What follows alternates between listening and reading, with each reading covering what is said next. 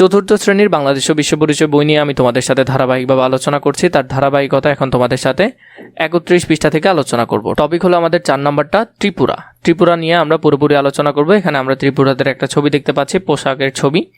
তো এখানে আমাদেরকে কিছু প্রশ্ন দিয়েছে। ছবির মানুষেরা কোন নিগোষ্ঠীর? 2 দিয়েছে ছবিতে নারী কি পোশাক পরেছে। 3 দিয়েছে ছবিতে পুরুষ কি পোশাক পরেছে। তো এটার উত্তর যদি আগে আমরা দেখি, এই বক্সের উত্তরগুলো। ছবির মানুষটা হলো ত্রিপুরা নিগোষ্ঠীর। ছবিতে নারীরা রিনাই ও রিসা পোশাক পরেছে। ছবিতে পুরুষরা ধুতি ও গামছা পরেছে। তো এখান থেকে প্রথম বক্সের উত্তরগুলো সুন্দর করে লিখে ফেলতে পারবে। 2 তাদের ঘর আমরা দেখতে পাচ্ছি। এ ধরনের ঘর বাংলাদেশের কোথায় দেখা যায় সেটা। 2 বলেছে এ ধরনের ঘর কারা বসবাস করে। এ ধরনের ঘর বাংলাদেশের পার্বত্য এলাকায় দেখা যায়। এখানের মধ্যে ত্রিপুরা নিগোষ্ঠীর মানুষটা বসবাস করে। তো এখান থেকে তোমরা এই 2টা প্রশ্নের উত্তরও সুন্দর করে লিখে ফেলতে পারবে। এরপর দেখো তাদের একটা উৎসব দেখতে পাচ্ছি। এটি কিসের ছবি? 2 বলেছে উৎসবটির নাম কি। এখানে যে উৎসবটা করা হচ্ছে এটার আসলে নাম কি। একটি উৎসবের কাজের ছবি এটা। উৎসবটির নাম হলো, তোমরা চাইলে এখানে উৎসবের নাম দিতে পারো কি বৈশু। তাদের উৎসব কিন্তু বিজু না, বৈশু। বৈশু এটা হলো তাদের উৎসব। এখানে এটা বিজু উৎসব কিন্তু চাকমাদের, এটা হবে না, এটা হবে বৈশু উৎসব। কি উৎসব? বৈশু উৎসব। অথবা তোমরা এখান থেকেও লিখতে পারো।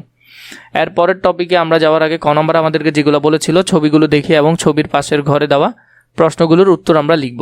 তো এই ছবির পাশের যে প্রশ্নগুলোর উত্তর ছিল সেগুলো আমরা লিখেছি। পরে বলল পার্বত্য অঞ্চলে আরেকটির ক্ষুদ্র নিগোষ্ঠীর নাম হলো ত্রিপুরা। ত্রিপুরাদের ভাষার নাম হলো ককবরক। তাহলে ওদের ভাষার নাম হলো কি? ককবরক। খুবই বেশি গুরুত্বপূর্ণ, এগুলো স্টার চিহ্ন দিয়ে রাখবে। ত্রিপুরা জনগোষ্ঠী সমাজে দলবদ্ধভাবে বসবাস করে। তারা বাস করে দলবদ্ধভাবে। দলকে তারা দফা বলে। কি বলে? দফা বলে। দলকে কি বলে? দফা। এদের মধ্যে 16টি বাংলাদেশে ও 20টি ভারতে ত্রিপুরা রাজ্যে রয়েছে। তো ওদের যে দফা, মানে ওদের মূল কথা হলো যে দল আছে, দলের মধ্যে 16টা আছে বাংলাদেশে, 20টা হলো ভারতে।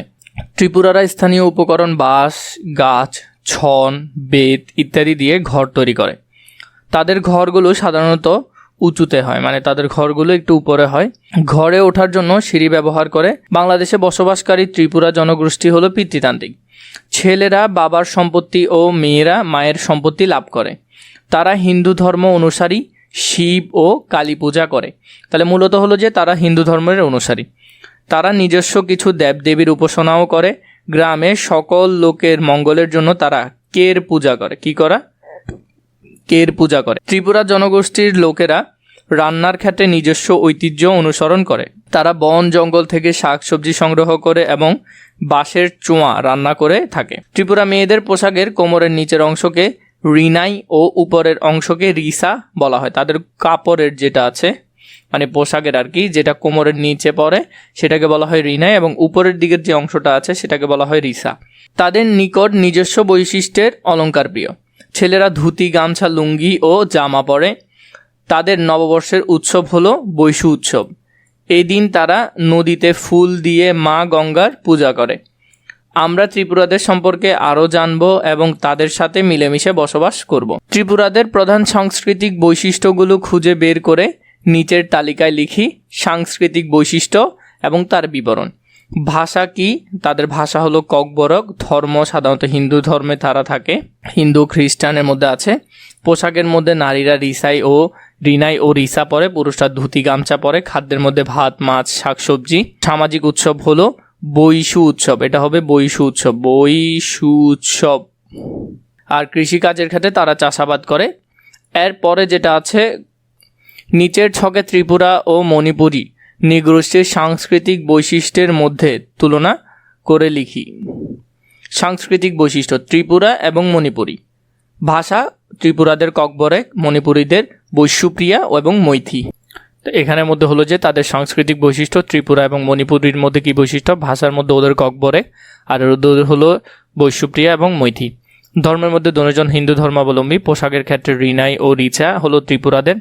ফরেন ও ইনাফি হলো যে মণিপুরীদের। খাদ্যদ্রব্য হলো যে ভাত, মাছ, শাকসবজি দুজনের সেম। উৎসবের মধ্যে ওদের হলো বৈশু উৎসব আর ওদের হলো যে রসলীলা দুর্গাপূজা উৎসব। তো এখান থেকে তোমরা সুন্দর করে এটা এখানে লিখে ফেলতে পারবে, এই বক্সগুলো পূরণ করে ফেলতে পারবে। এরপর আমাদেরকে দিয়েছে এখানের মধ্যে নিচের চিত্রে বাংলাদেশের 4টি নিগোষ্ঠীর 2টি করে সাংস্কৃতিক বৈশিষ্ট্যের নাম লিখে। এখানের মধ্যে আমরা 2টা করে বৈশিষ্ট্যের নাম লিখবো। যেমন মারমাদের হলো যে কি সাংরাই উৎসব, চাকমাদের ক্ষেত্রে চাংমা ভাষা, ত্রিপুরাদের ক্ষেত্রে ত্রিপুরাদের ককবরক ভাষা, মণিপুরীদের সিনজিদা।